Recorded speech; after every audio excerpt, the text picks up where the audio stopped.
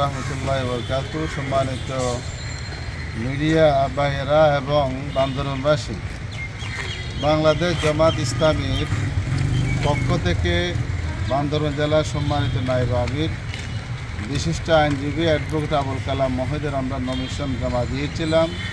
যথা নিয়মে জোটগত নির্বাচনের কারণে কেন্দ্রীয় সিদ্ধান্তের আলোকে বাংলাদেশ জামাত ইসলামী একটি হলো চেইন অফ কমান্ড, যেভাবে আনুগত্যের একটা সংগঠন, সেই সংগঠনের নির্দেশক্রমে আজকে আমরা মনোনয়নপত্র প্রত্যাহারের আবেদনপত্র আমরা রিটার্নিং কর্মকর্তার কাছে জমা দিয়েছি।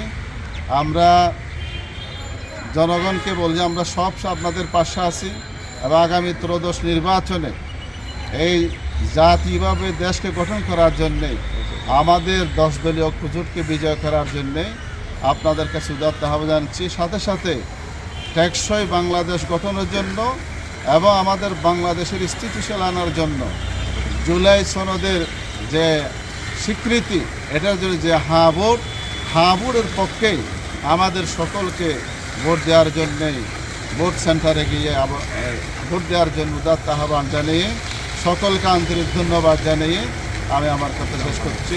অধ্যাপক আবুল কালামের পক্ষ থেকে সকলকে আমরা ধন্যবাদ জানাচ্ছি। আসলে আন্তরিকভাবে আমরা দুঃখিত, আমরা আমাদের মাঠ গুছাইয়েছিলাম, আমাদের কালাম ভাই যেভাবে জনকাছে গিয়েছিলেন, কিন্তু বাস্তবতার নিরিখে সংগঠনের নির্দেশের কারণে জোটগত নির্বাচনের কারণেই আজকে উনি প্রত্যাহার করে দুঃখ প্রকাশ করেছেন এবং আপনাদের মাঠে ময়দানে থাকবে।